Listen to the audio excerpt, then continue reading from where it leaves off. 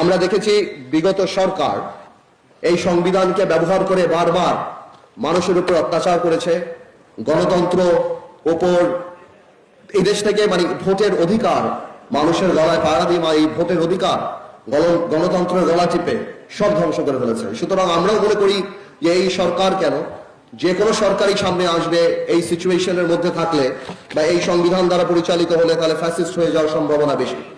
কিন্তু এর বাইরে আমি যেটা মনে করি যে যত দামি গাড়ি নিয়ে আসুন, যত দামি বাবুর্চি নিয়ে আসুন বা উপাদান নিয়ে আসুন, বাবুর্চি আর গাড়ির চালক যদি ভালো না হয় তাহলে ভালো খানাও আপনি পাবেন না, সে গাড়িও গন্তব্যে যাবে না।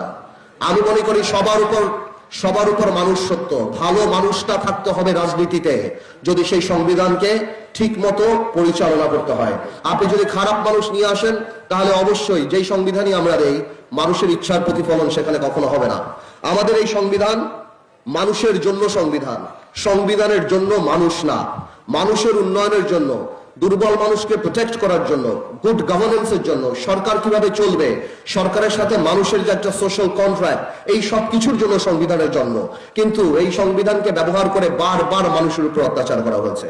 সুতরাং এই সংবিধান যেই সংবিধান মানুষের কথা বলে না, সংবিধান যেই সংবিধানে মানুষের ইচ্ছার প্রতিফলন হয় না, মানুষের ভবিষ্যৎ দেয় না, মানুষের প্রোটেকশন দেয় না, সেই সংবিধানকে মানুষ ছুঁড়ে ফেলে দেবে। সংবিধানের প্রাসঙ্গিক হতে হবে। আমরা এটা উপলব্ধি করি যে বাংলাদেশের সংবিধান পরিবর্তন প্রয়োজন। আমরা উপলব্ধি করি বাংলাদেশের সংবিধান প্রাসঙ্গিক হওয়া প্রয়োজন। আমরা উপলব্ধি করি আজ থেকে 40-50 বছর আগে যে সংবিধান লিখে রেখেছে, বলা হয়েছে, সেটা সেহেতু সেই সময়ের জন্য হয়তো ভালো ছিল, কিন্তু আজকের দিনের সংবিধান এই কথা বলে না। সুতরাং আমরা এর সংস্কার চাই। কিন্তু প্রশ্ন আসে, সংবিধান সংস্কার করবে কে? আমি এখনো বিশ্বাস করি সংবিধান সংস্কার করতে হলে জনগণের সরকারের প্রয়োজন। আমরা বিশ্বাস করি নির্বাচিত সরকারই সংবিধান সংস্কার করার নৈতিক অধিকার রাখে। আজকে এক বিপ্লব হয়েছে, ছাত্র জনতার বিপ্লব। বিপ্লব যখন হয় তখন সংবিধান চলে না। মাঝে মাঝে দেখি সাবেক প্রধানমন্ত্রী বলে উনি এখনো রাষ্ট্রপতি, উনি এখনো প্রধানমন্ত্রী আছেন। উনি এইটা ওনার কেন, আওয়ামী লীগের যারা আছেন সবার উপলব্ধি করতে হবে, যখন বিপ্লব হয় তখন কোন সংবিধানে কি প্রধানমন্ত্রী পালিয়ে যাওয়ার কোনো কিছু লেখা থাকে?